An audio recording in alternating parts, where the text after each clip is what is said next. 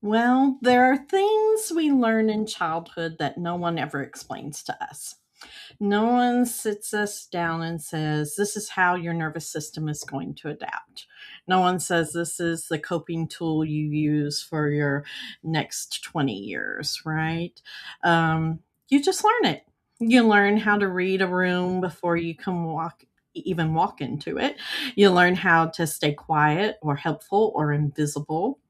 You learn how to anticipate people's moods and how to brace for impact and how to keep yourself safe in whatever way is available to you at the time. And here's the part that doesn't get said, okay?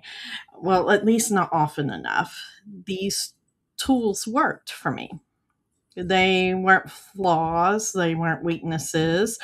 They were intelligence in a body that needed protection. But then you grow up and the danger changes, the environment changes, people change, and your body doesn't.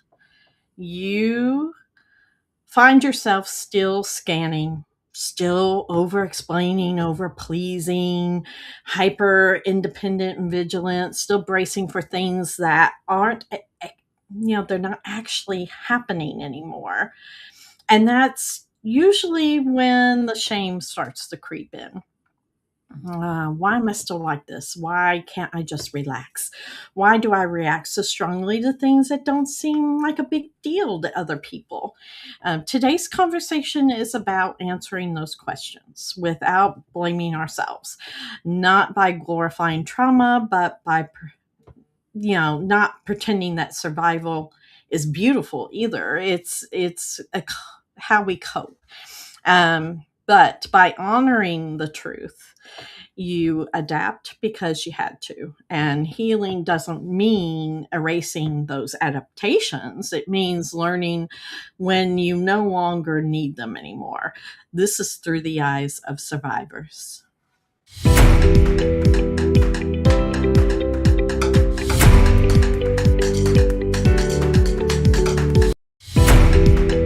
Important notice: the following content may be triggering. Viewer discretion is advised. All discussions are based on personal opinions and experiences. If you or someone you know needs help, please reach out to a local support organization. All right, we're back. And before we get into today's topic, I want to just plug our affiliates real quick. We'll take a quick moment to talk about Truth Finder. It's something that can really empower you in your journey towards safety and healing. It's a simple tool that helps you uncover public records and background information about people you may encounter in your life. Whether you're reconnecting with someone from your past or just want to ensure the people around you are trustworthy, Truth Finder provides you with the information you need to make informed decisions. And here at Break the Silence, we're all about creating that safe space and giving survivors those tools to reclaim their power. So that's why we're excited to have Truth Finder as an affiliate and partner with us. It's a tool that helps you take control of your own security and peace of mind. So try that out and support our podcast. The link will be in the description and in the comments. And thank you for supporting our mission in that way. Also, Opus Clips, which is an AI driven platform helping us turn powerful podcast moments into short, impactful clips. From survivor stories to hard truths, Opus Clips helps amplify voices and spread awareness across all our platforms. So if you want to turn your content into scroll stopping reels or shorts, try Opus Clips with, again, our affiliate link. And also the Self Defense Keychain Store. They are an official affiliate of Through the Eyes of Survivors. This is a woman, minority owned business that provides discreet, stylish self defense tools. Please check them out and use the code Break the Silence for your 10% off. So, thank you everyone for being here. Our guest is Shannon Brown. She is an author of the book Because of Jane and a survivor of childhood abuse and domestic violence with a double degree in early childhood education and special education. Shannon has spent many years working in as an early education teacher and is currently a nanny, continuing her life's work of being a safe and trusted presence for children. Beyond that professional background, Shannon is a passionate storyteller, advocate, creative voice for survivors. She is the founder of the Jane Project, a growing collection of survivor safety items that helps create a visible web of resilience, protection, and hope for those who have lived through trauma. Shannon is also the creator of the Survivors Anthem series, a blog and video series honoring the music that helped her and so many others, survive, heal, and reclaim their voices. When she isn't writing or creating new survivor-centered content, Shannon can often be found singing, writing, and spending time with her beloved pug, which we got to see earlier, Loki. Very, very, very cute. So we welcome you on to Through the Eyes of Survivor, Shannon. Oh, thank you so much for having me. Wonderful. Now, I know this episode is going to focus on childhood trauma and how it shapes survival and coping skills. But before we get into that bigger topic, I would love for you to share just a little bit about your story, whatever feels safe to share, and how survival showed up for you early on. Well, survival showed up for me at the early age of 5. And it was with my stepfather. So basically I grew up with him before my mom got a divorce in my earliest years. So I saw a lot of violence toward her, a lot of violence toward my brother, and then eventually toward myself. So after the divorce, he moved away, and I eventually found out that he was not my real father to begin with. So, I have been there. Yeah, I have been there. Very few people do I meet that has happened, but I had that very similar experience. It was very devastating to find out when they divorced, he was not my father. Yeah, I didn't find out until I was 13 years old, so that was well after the divorce. Mm-hmm. And yeah, it kind of just shook my whole world. And that's kind of when I started reclaiming my voice then. Because at that point I had been going to visit him due to like court ordered mandates and whatnot, because I'd have to go with my younger brother. And that was kind of the start of sexual and physical abuse and being compared to my mother. And it was very, very sick, to say the least. But after that, like, because of growing up in those situations, it kind of became like a normal thing. And I ended up in a few relationships where one of them in college was physical and I was raped. Um, and then later on, I was in another relationship that it was mostly verbal and manipulative, but still very, very abusive. Like, this person was angry when I spent more time with my dog. Like, if I was Oh like my. playing with my dog or something, he would get jealous of my dog. Like, it was really bad. But that's kind of like the basic overture of what happened with me. Right. So when you look back on it now, what's one way you can see your younger self learning how to survive that? Honestly, one of the biggest things, like, you'll especially see it if you read my book. I kind of went deep into like disassociation and into my imagination, and I created worlds in my head where I could just like escape to during these times when this was happening, because my body, my brain, none of it like knew how to handle what was happening to me, because I had gone through like all of the classes in school, like sex ed. Like, I knew this stuff was not supposed to be happening to me, but yet this person who is supposed to be protecting me and loving me is doing this to me, and I can't say no. I'm not strong enough. I am not, like, he was bigger than me. What was I supposed to do? Mhm.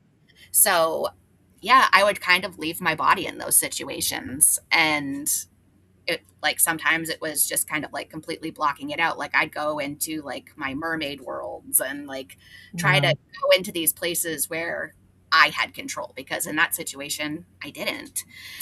And like, as an adult, like, I can still find myself kind of going into like disassociative states when I'm like being confronted in a way that feels triggering. Like, if someone's coming up in my face loudly, like, immediately I just shut down. Mm. But I've also been trying to turn that into something creative, like still use my imagination, Mhm. but have it be a creative outlet instead. Like, that's how I started writing.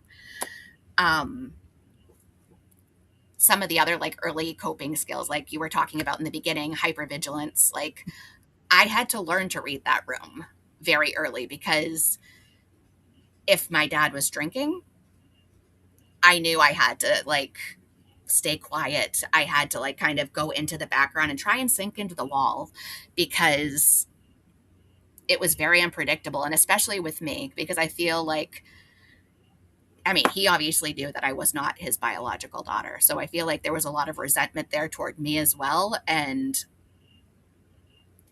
yeah, so I just kind of went to silence and kind of hiding, like going into the background.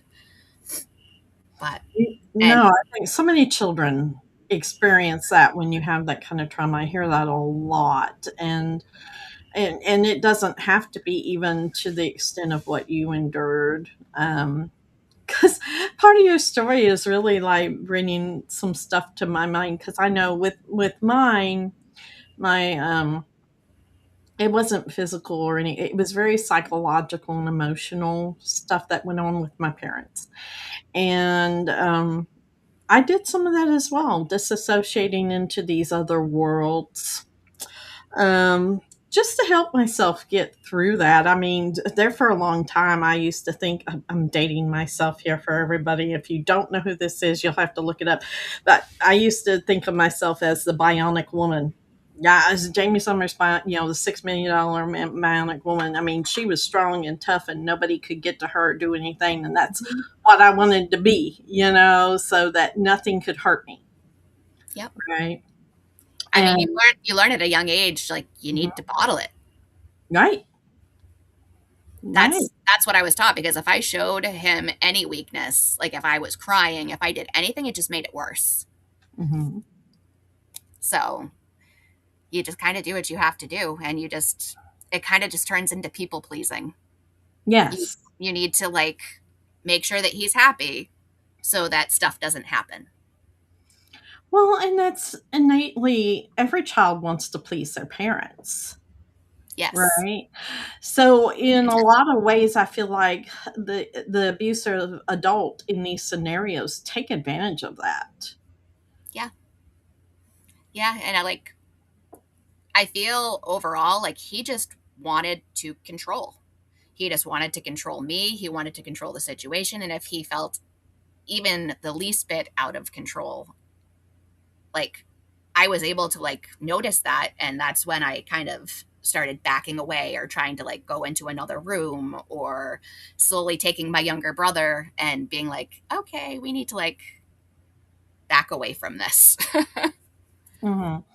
No, absolutely, and, I think we were talking about that, and actually, I did pull up the statistic on that. I knew my brain wasn't failing me, but, they say that over, 60% of adults report at least one adverse childhood experience in their lifetime. So, these kinds of patterns and tools, people pleasing, another one's like emotional numbing. I Yes. know I did quite a bit of that, in my childhood, and you were talking about the even hyper independence, Hmm. which is what I did a lot of, besides hyper vigilance, hyper independence. You couldn't trust anybody. You had to trust on yourself. So everything you did was, I could do it Yeah. from a very young age. Yeah. Yeah. That's very, that sounds exactly like me. Yeah, you get into these modes of, well, I don't need anybody to get that for me. I'll climb this. I'll get that ladder out. I'll do this. And you're 6 years Yep. old. Yep. 6 years old. Yep. And I know a lot of my generation are like, "Oh, okay, we're Gen Xers, we all did that all." But to be honest, I mean, that's part of why a lot of Gen Xers raise their children differently because we knew that wasn't right to be 6 years old and nobody was minding the store.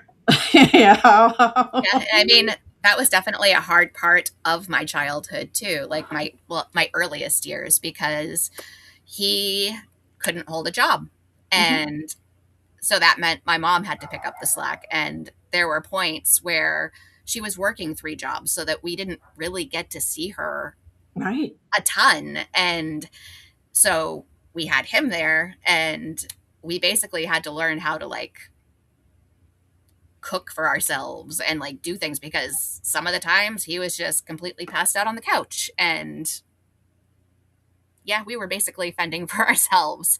I like I have the highest respect for my older brother because he basically had to kind of take the lead there and be the adult for everybody because we didn't have it. Yes. Yeah, and that happens a lot as well. You know, um, when you look on back on that, do you really think the tools that you were learning at that time, how effective at were they at the time of protecting you versus what you learned at, when you're older? You know what I mean? Like, I feel like at the time they were necessary.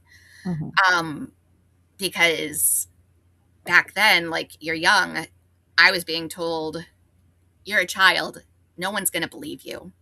They're going to believe the adult. Like they're just going to think you're making things up. So you kind of just had to like there was really no choice if that makes sense. mhm, So like going into adulthood, it's kind of been having to reframe that, especially the biggest thing that I've had to reframe is silence because being silent back then was necessary because I didn't have the power to do anything, but now I do.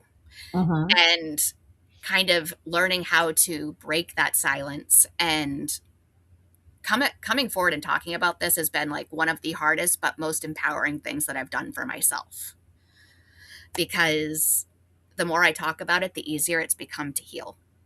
right, And honestly, finding community because like back then you had kids, like other kids, like you don't know if they're going to know what you're talking about. And I had talked to some of my friends back then, and they just kind of looked at me like I had two heads. Like, what? You think that's normal? What? It's not. Yeah. So, like, you just back then you just learned to become even more silent because you're worried about being judged. You're overthinking what everybody's thinking about you. And I mean, that has definitely played a huge like role in my adult life because I'm always wondering what people are thinking of me. Like, are they thinking bad of me? Like, what can I do to make people like me? Because back then, especially, I didn't know where I fit in because I felt broken. Right. And trying to convince myself that I wasn't broken and that I wasn't dirty and that I deserved the gentleness Hmm. has been, yeah, probably the hardest thing to come to terms with over the years. Right. Like, there are still times I like question it and I have to like slowly remind myself you do deserve this gentleness. You didn't deserve what happened to you. Hmm. And yeah, talking about it has made it easier. So I want to thank you guys for making this possible too. Oh no, it's a pleasure having you. I think part of it too is, like I said in the opening, you get into such a survival mode with that as a child. It's hard, even when you come up into your adulthood, to let go of that. Yeah. Certain things easily trigger you back into acting in these ways that you did as a child, and you've already been labeled, and you've already been judged. Yeah, and it starts to carry over, especially within family, Hmm. into your adult. Things like, well, she lies a lot. Well, had to lie a lot in order to survive, and now it's a common practice. And then even as you start to break it in your adulthood, they everybody still sees you on Hmm. that level. Yep. It makes it very hard. Yeah. I think one of the hardest things too is just kind of taking off that mask of I'm okay. Hmm. That was the hardest thing for me to break because all through my childhood years, all through high school, all through college, like I had that mask on that no matter what, I'm here, I'm happy, I'm okay. And really being able to stop bottling those emotions and like start letting them out, like it was hard but surreal at the same time because yeah, no, I was never able to really acknowledge them before and put names to those feelings. And yeah, that's where I went to therapy. I have been Right. in, like, my mom got me into therapy really young, especially around the divorce time. But back then, there really wasn't a whole lot of counseling for children around abuse because, I mean, it wasn't until like probably more recently that it has become like a more Yeah. more preventative thing. Hmm. Um, yeah. Yeah, it's very hard for children and stuff. Jim asked a question here. Did your abuser ever face justice for his crimes, and could he still? Um, so with my, it depends on which one we're talking about, but my stepdad is dead. And honestly, that was probably one of the happiest days of my life. Like, I went to the funeral just to make sure that it was Real. real. Yeah, like it really was, like he was really going to understand that. But no, he never did get justice for his crimes. Like, yes, he went into like some rehabs and whatnot for like alcoholism and drugs and whatnot, but no, he never got in trouble for what he did. And honestly, this is something that I carried silently for a really long time. There were obviously signs. Like I didn't even come out until my mom about the sexual abuse and everything until I was in my 30s. Yeah. Because it was not something I was comfortable talking about. It was not something I was comfortable acknowledging happened to me for a very long time. Hmm. Well, and how are you going to meet that when? you go and tell a parent, because that's a very hard thing to do. Will the parent believe you? Will they not believe you? So much, will they, take your side? And so much time has passed. Yeah. You don't know what they will do or how they respond. So, And did honest, she respond well? oh, she was in tears. Hmm. She was in tears. Like she knew something happened, but she wasn't going to push me Right. because I mean, she lived through it too. She knows things happen in their own time. And when I was ready to talk, I would. But yeah, no, she took it as well as she could.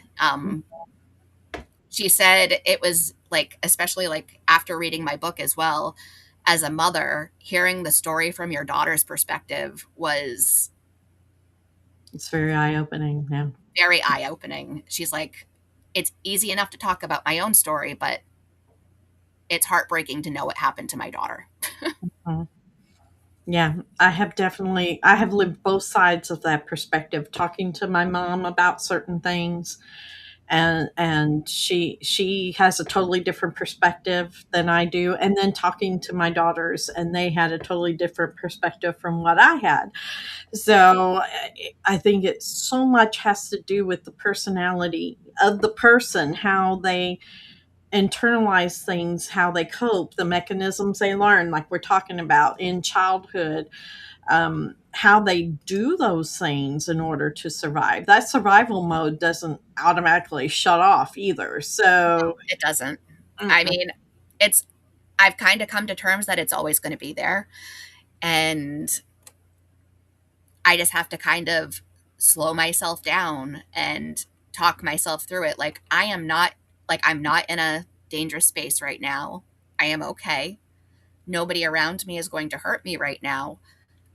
So, like, it's just kind of, I've learned a lot of grounding techniques to yeah, kind of bring me back to where I'm supposed to be in that moment because I can easily find myself just spiraling into my head.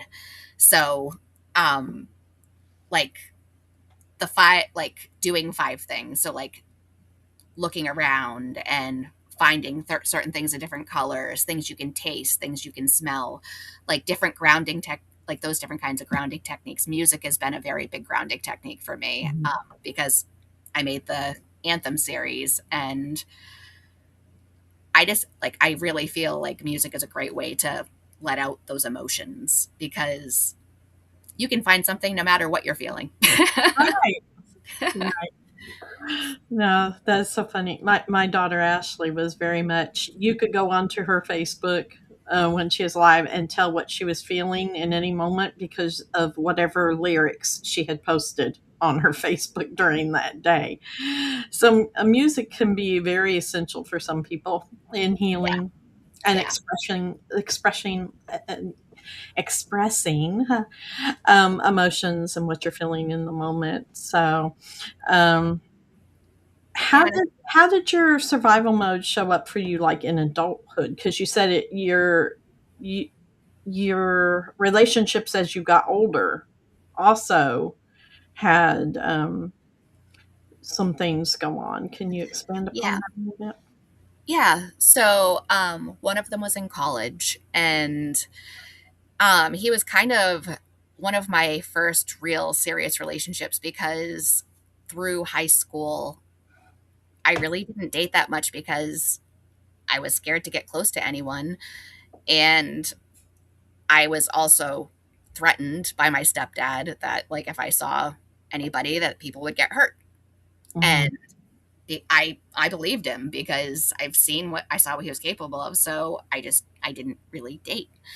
So I got into that relationship and everything was really like normal at first. And it, I don't know, it seemed like a normal, happy relationship. And then all of a sudden, as things like progressed like into a few months, I started seeing more and more of like the triggering behaviors. So like he would just get very erratic quickly. Um, it eventually turned into becoming physical. mhm, And that's where I shut it down. And I actually did tell my biological father at that point, because I had met him at 18 years old, um, that this stuff was happening and like I needed some help Mhm. because he was holding my stuff hostage. Like he almost ran over me with his car. Oh, I had to have him banned from campus. Yeah, it was just not a good situation.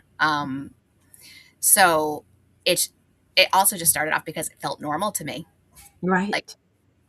like I at first I was like, okay, well, I've seen this behavior before. I know this behavior. Okay. Okay, I can handle this. But as soon as it started getting physical, I was out the door. Right. I Right. All too often we gravitate to what's familiar. And that's the hard part, is breaking that, because you're basically unlearning and relearning what you learned as a child. Exactly. And Ex- that's such a hard thing to do. Yes, absolutely. Well, let's look at a few comments before we go to our mid-roll break here. I agree. Music is magic. Music is magic. Jim said your stepdad is getting justice because now there's a special place in hell reserved for those who hurt a child. God bless you for surviving this abuse and speaking out for others. So thank you, Jim. And then, yeah, music is magic. That is for sure. Let's see. Also, let's see, unhealed trauma shows up disguised as personality traits. Your That is responses true. to others become such habits. Yes, it That seems is true. normal. That is true. A lot of times it presents itself as anxiety too. Mhm. And Jim also put, let's see, says, unfortunately, when there's no male role model for a little girl, they learn what a man should be. Wait a minute. I don't have my glasses on. It's hard. Sorry, guys. Should it be makes it even more difficult to choose good men. That It's is very true. true. It is Mhm. very true. It makes I will say I was very lucky. In After that stepdad was gone, I ended up getting another stepdad who my mom is still currently with, and I am thankful every day that he came into my life, because for me and my little brother, because he brought a good, like, steady male figure, and he brought love and protection, and yes. I did get to see a little bit of it, and I think it definitely helped my little brother more than it helped me, because he needed to see that steady male figure. Yes. Yes, I always try to tell people, especially young ladies, that if you did not have a good male role model, somewhere there was a male role model who was good, whether it was a grandfather, an uncle, a teacher, somebody, and you see them modeling good relationships. That's the type of person you want to seek to find, and don't settle for what you know because what you know was not healthy. Exactly. And I had to do that as well. I modeled my second marriage after my grandparents. My grandpa was, very essential for all of us grandchildren because none of my aunts, my mom, or anything had healthy relationships. So it Mhm. was very hard Yeah. to see anything but him because he was always there. He was very stable and a very good role model for what a relationship should be. Yeah. So definitely seek those. I think we're going to take our mid break real quick. So we're fixing to just show you a video right now about volunteering with us here at Break the Silence. Uh, if you would love to be a part of our volunteers, we definitely are needing them. We are powered by our volunteers who show up enough to care and help us do the work. So we're especially looking for volunteers who can help in social media engagement in here, in our comments, areas like that. Also, our website could use support if anybody is really good at, updating websites, blogs, those kinds of things. A store, we're looking for people like that. Um, we also need content creators for for us for graphics and videos across all our social media platforms. So um, you don't have to be an expert or in these areas. If you have a little bit of knowledge, we're able to teach you and learn some of these. And if this sounds like it's good for you, volunteer information will be in the show notes. So we'll roll the video. At BTSADV, every survivor deserves to feel seen, supported, and safe. But we can't do this work alone. When you volunteer with BTSADV, you're not just giving your time, you're giving hope. Hope to survivors rebuilding their lives. Hope to children who've lost a parent to domestic violence. Hope to families healing after trauma. We have volunteer opportunities for every skill set. Support line volunteers who answer calls with compassion. Graphics creators who build our educational posts and campaigns. Editors who turn podcasts into powerful short-form videos. Social engagement volunteers who help keep our pages safe. Podcast moderators who guide conversation and protect survivors live. Website editors who help publish survivor stories and resources. And video reel creators who bring awareness to millions. You don't need to be perfect. You don't need special degrees. You just need a willingness to show up with courage and empathy. We train you. We support you. We walk with you every step of the way.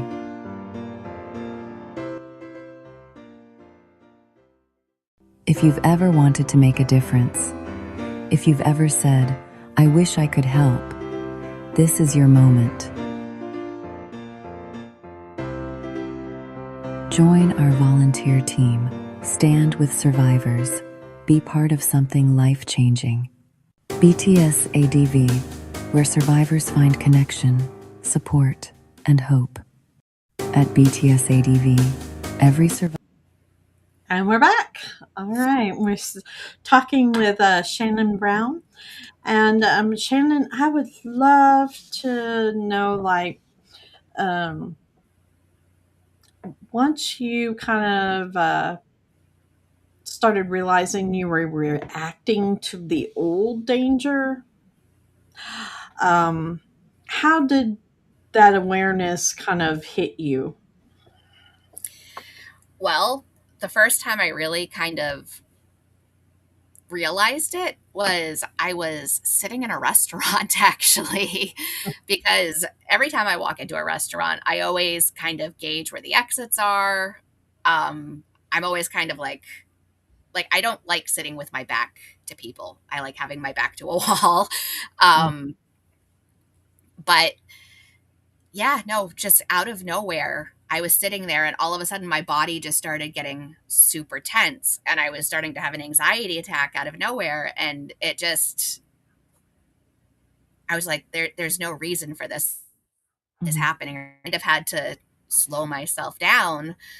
And it just had to do with the fact that there was a large group of people that went behind me and bumped my chair. Oh, wow. Little things. I tell people all the time, little things can trigger it. And it happens when you least expect it, right? Yeah. Yeah. Like that was like someone bumping my chair. You'd think like that's the littlest thing in the world. But for some reason in that moment, my body responded to it. And it's just something like when your body responds, you don't really have control of it. You just kind of have to like back it up a little bit and slow down. Right. Well, as survivors, we're often harder on ourselves than anybody else ever is. Oh, So yeah. we tend not to show ourselves compassion when things like this happen. So, how did you choose to deal with it once it did happen? It's just, I talked about it in therapy. um, we worked on grounding techniques for the situations. Mhm. And yeah, that's Well, it's just, more like not about like fixing yourself, right? yeah, no, Or it's not. even, yeah, you have to understand what is happening to you. Yeah, so that's basically what it was. It was kind of naming what was happening without judgment to myself Right. because I'm probably my hardest critic. I'm always second guessing myself. Like, I'm questioning my survival techniques all the time. Like, why, like, was it smart for me to stay silent? Was it smart? Like, I'm constantly questioning myself. So, yeah, learning to give yourself grace and changing your inner voice is definitely it's something that I'm still working on. I still work on it every day. Right. Oh, well, of course, because it takes time. It does. It takes a lot of time. And, well, it's long term, right? Long term healing. It's more than just positive thinking or avoidance. You're having to really get down to what created this and that it's not shameful because we've all felt that shame. And guilt. Hmm. Yes, absolutely. And so figuring that aspect out within yourself and then um, But that's where it figuring really out was, stopping and new, naming it. yeah, figuring out new ways to adapt to it without using those old tools. Yep. So that's definitely, you know, it's hard. It's hard to erase years of trauma that you've reacted in that same way over and over again and provide yourself something new and healthy even though you know you need to. Hmm. So uh you know. Yeah, no, but healing, like, it doesn't erase the past. Like, it still happened. Mhm, And for me, really just kind of naming it and kind of just forgiving myself, mhm. if that makes sense. Like, what I did wasn't wrong. Right.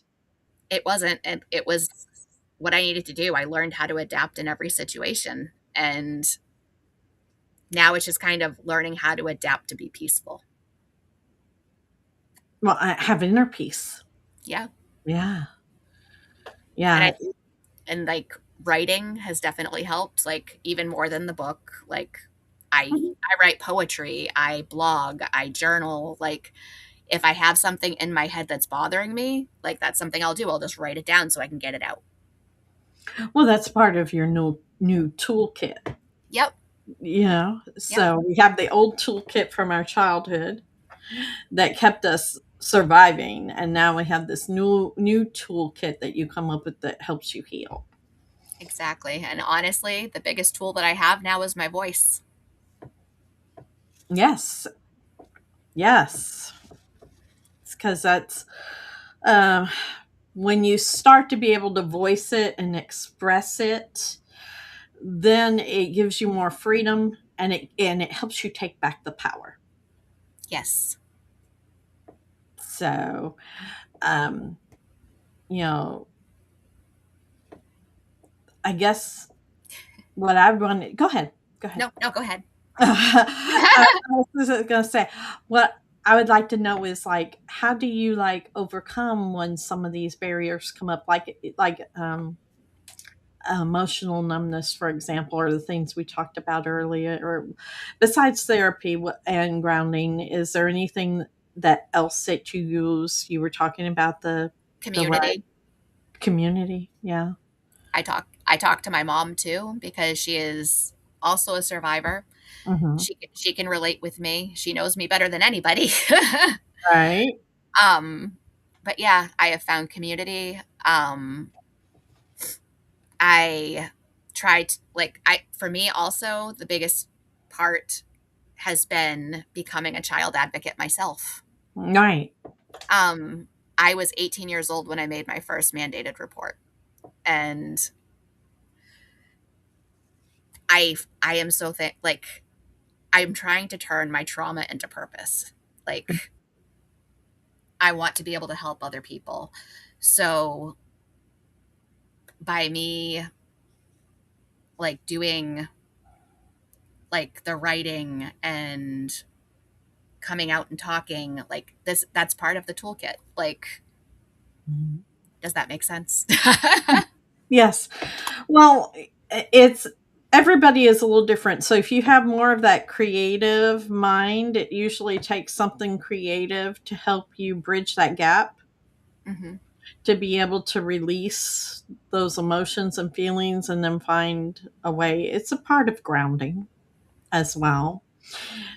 Because when you're creative, you're using that part of yourself that inspires all imagination, all creativity, all the things you were using for survival mode, but now it's inspiring parts of yourself in your healing journey. And I think more and more, um, it helps you realize what your worth is and what you would like your future to look like, centered around that instead of just working in this survival mode of every day, just getting from one minute to another sometimes. Yeah. And I mean, coming from this background has made it so that I'm able to pick up those red flags in my field. Mhm. So, like, I've been able to spot when something's off with children, and they've all felt comfortable coming to me, which I'm very thankful for, because of that, like, I've been able to help get children out of really not good homes, and that in itself is healing for me too. So, Yeah. Well, that's a good point. So, what are some of those red flags that you have spotted that other people might be able to look for? some of the red flags that I've seen are like children who don't really engage with other children. They're more quiet. Some of them may act, or it could just be the direct opposite too. They could just be acting out and like not being able to control what their body is doing. And it really, it varies so much. But yeah, just be like noticing those things and then just kind of going down to those children's level and talking to them and building that trust with them, because that's the hardest part in those situations. I didn't trust very many people as a kid. So if I can help that child learn that they can trust me, like I like I'm stumbling over my words. No, Um, you're fine. but yeah. No. Jim says so many survivors of abuse, especially sexual abuse, suffer unjustifiable guilt for the things that were done to them. What advice can you give those who are suffering through this now?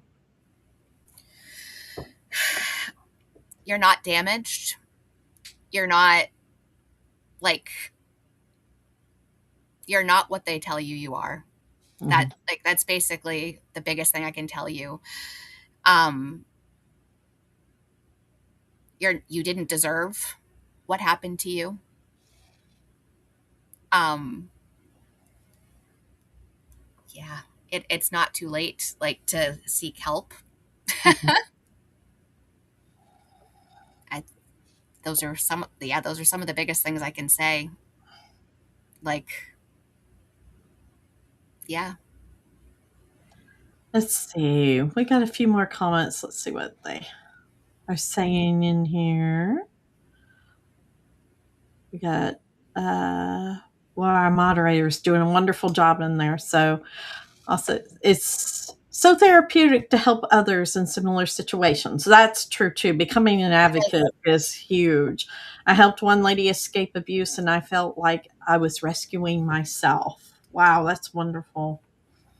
I And it, can I can really relate with that, because looking at some of these children, I saw myself in them, and hmm, I wish that I had somebody who saw me back then, right. because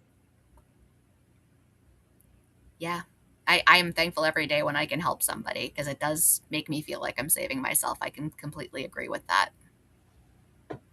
Yes, absolutely. Yes. And if anybody else has any other questions for Shannon, please pop them in. We've got just a few more minutes here. We'd love to answer any questions you might have. Um,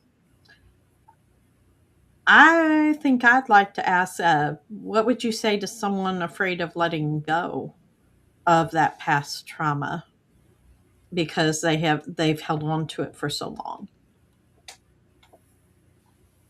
Afraid of letting go. I mean, I know somebody in my personal situation who does have a hard time letting go.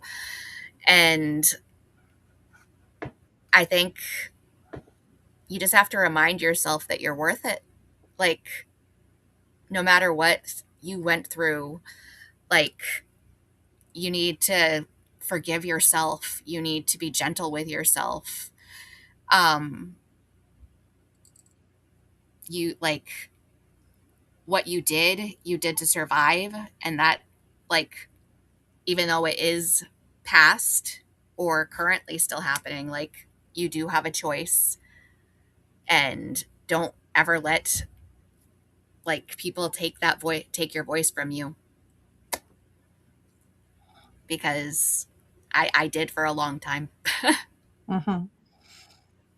Oh, our moderator brought up a great point here. And I love this. So, letting go can be tough because you adapted it as your identity. Yes, It's who I am if I don't have that. That is scary. Absolutely. it is very scary. Mm-hmm. Let's see. And Deborah put somebody Mom. and that's your mom. In these situations, shame is internalized and wants you to believe you are bad. The evil voice can be all consuming. Listen to your inner guardian angel. Amen. Thank Yes. you, Deborah. Way to go, mom, who's showing up and supporting. Love you, Mom. Oh, Amanda says here, I'm so messed up inside because of what I went through as a child, and people that let it happen pretend like nothing happened. How do you deal? Good question. Oh, that is a very hard question. um, could we pop that up there one more time? Yes. Thank you. I tell you, Amanda, from my own experience, people who like to pretend like it didn't happen usually are a part of the problem because it does happen. So many people, that is their coping mechanism. I will say that from my own trauma, from everything that's happened, even with me losing a child, their own coping skill is to, let's bury this and put it under because it makes me way too uncomfortable because then I may have to deal with my own trauma. Yes. And so the majority of the people, they will fall into that category. Now, your abuser, that's a different story. Those who want to act like it didn't happen because they know what they've done is evil. Uh, that is a different matter. And that's where your voice actually plays an important part. You don't quit speaking your truth. And that's at least how I deal. Yeah. Shannon, you have anything you want to add to that? Honestly, that hits it on the nose. Like, the more you speak your truth, it's real. Mm-hmm. Yeah, just because I pretend doesn't make it less real. It happened. Yep. So, And you have no one to prove that to besides yourself. Like, you know it happened. Like, just keep speaking your truth. yes, that's what everybody in here is telling her. Speak your truth. That's right. And Jim, it's important to remember that letting go of the past comes with the true ability to love, and that it starts with learning to love yourself. Mm-hmm. Amen to that. Yes. All right. So, like, in wrapping up, um, is there anything else that you'd like to say to the audience before we kind of concluded about? like your experiences and what we endure as far as processing our childhood trauma? Um, would now be a good time to bring up the book? Absolutely. Okay. So, as I have spoken throughout all of this, one of my main ways of coping has been writing. So, I actually just released my first memoir. It's called Because of Jane. And it is told through the eyes of my doll, actually. So, my doll is the witness to everything that is happening to me. So, she's able to kind of say what's happening without sensationalizing the trauma. Um, it is a hard read because it's based solely on the younger part of my childhood and like how I coped back then. So you kind of get to go into the eyes of a child in this book and kind of see what happened, how they dealt with it. And I'm going to be coming out with the second one, which is going to be going into the teenage years. So that'll be coming soon. Wonderful. How soon do you think that one will be? We might have to have you back. I'm well, the manuscript is done. I'm working on publishing. So Wonderful. it'll Where can they find? probably by the end of the year. Right. So the link is in the comments. I see that, and it'll be in the description too through Amazon, right? Yep, it's through Amazon. Yes. And you can also check out my author's website that has my blog. You can see the Survivor's Anthem series and the start of the Jane Project. Yes, absolutely. Definitely check all that out. Oh, thank you so much for being here, Oh, Shannon. thank you so much for having me and giving a place to voice hard things that are hard to talk, like things that are hard to talk about, but definitely need to be talked about.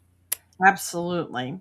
Absolutely. So if you're listening to this and parts of it feel uncomfortably familiar, I'm going to say this kind of clearly, like Shannon said, you're not broken. You're not behind. You're not failing in your healing. You learned to survive what you had to. So those tools didn't come from a place of weakness. It came from the wisdom of your body trying to help you stay alive. Mm-hmm. Healing doesn't mean pretending none of it happened. It doesn't mean forcing yourself to be calm or soft or normal because what happened to you wasn't normal. It means learning that you're allowed to have options now. And you're allowed to have feelings. Yes, you get to choose.